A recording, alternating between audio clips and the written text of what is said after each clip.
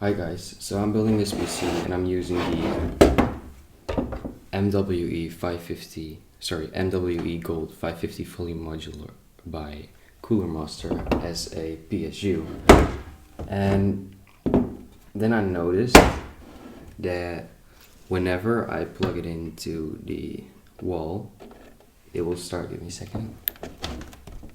Yes, it will start making a really subtle, I'm using this microphone to record it, really subtle zooming noise, which is quite annoying. But then please notice the thing is turned off right now. So when I turn it on, it gets like actually audible, even when the case is closed and stuff. So yeah, I just wanted to point that out, make that clear. It's really annoying. So yeah, see you.